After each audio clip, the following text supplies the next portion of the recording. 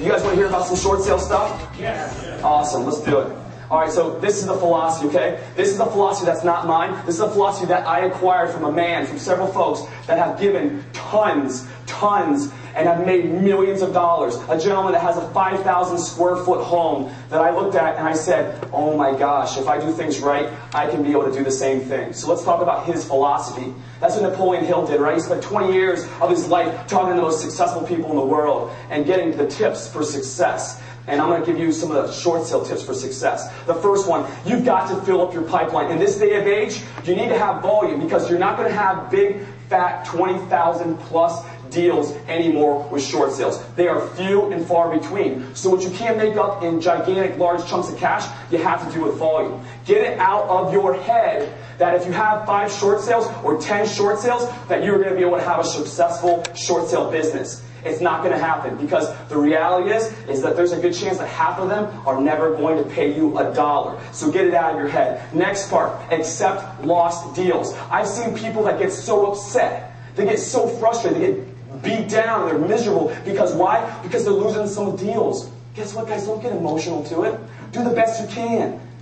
Do everything that you have in your ability. But if you can't, accept that and move on. And guess what? It's just like anything else. If you're an attractive lady and you're an attractive guy and you're hanging out, if that guy or that girl doesn't do that thing for you and doesn't help you out and doesn't offer that to you if you were in your single days, what did you do? You didn't dwell on it. If you're a happy, successful, good-looking person, you moved on to the next person. You got to have that mentality for your business. If not, you're going to be that emotional devastation. You're not going to enjoy it. The next part, focus on wholesaling or working on the business and not in the business. Ask yourself, your last week in your business, did you spend your time working on it or in it? Analyze it. And if you didn't do it or you can't do it for last week, do it for this week.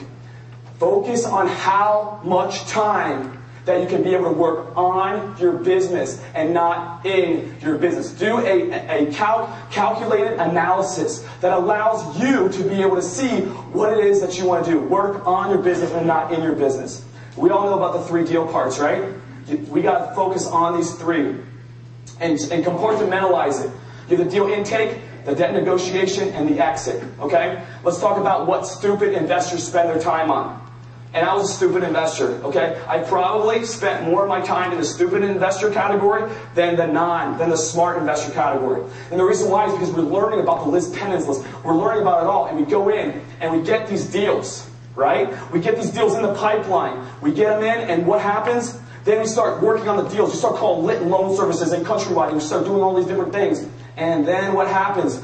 We're like, oh my gosh, we got a short sale acceptance letter. Who's raise your hand if you got a short sale acceptance letter? Raise your hand. It feels good, doesn't it? Doesn't it, Brad? Feels good, doesn't it?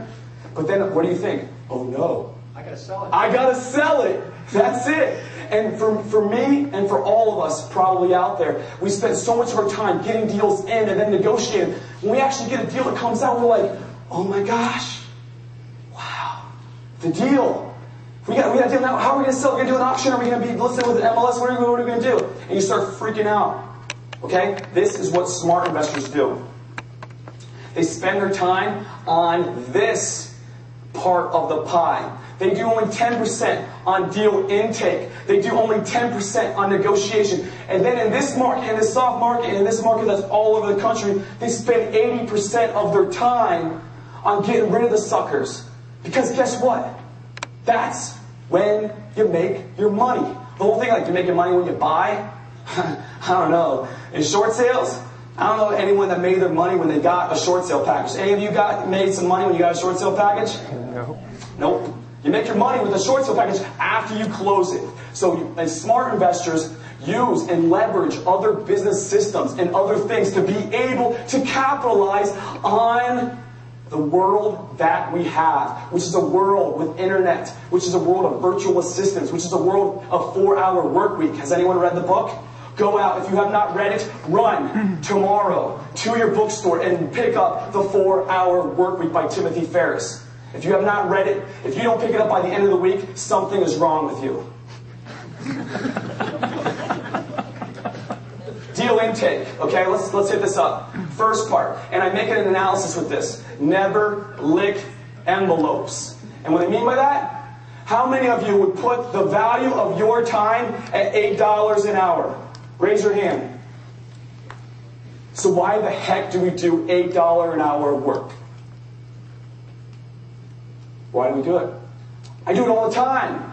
We do all these different things, and the reason why is because we don't plan, we don't set ourselves up for it.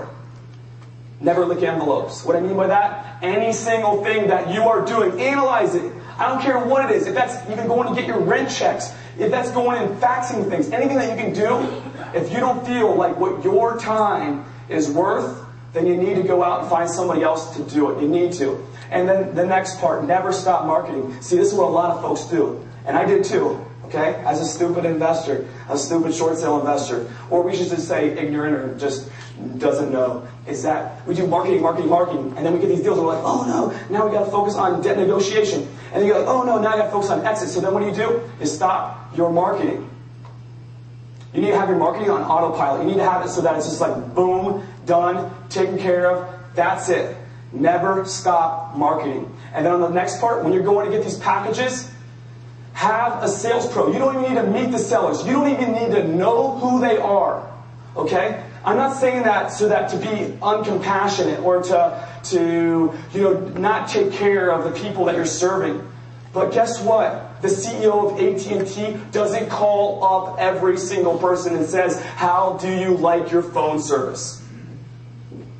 He trains people to do it. He delegates it out. He creates systems and processes that allows him to be able to do the important things, the executive area things that allows him to grow his business to $1 billion corporation and not some dinky, rinky hobby that a lot of us play with.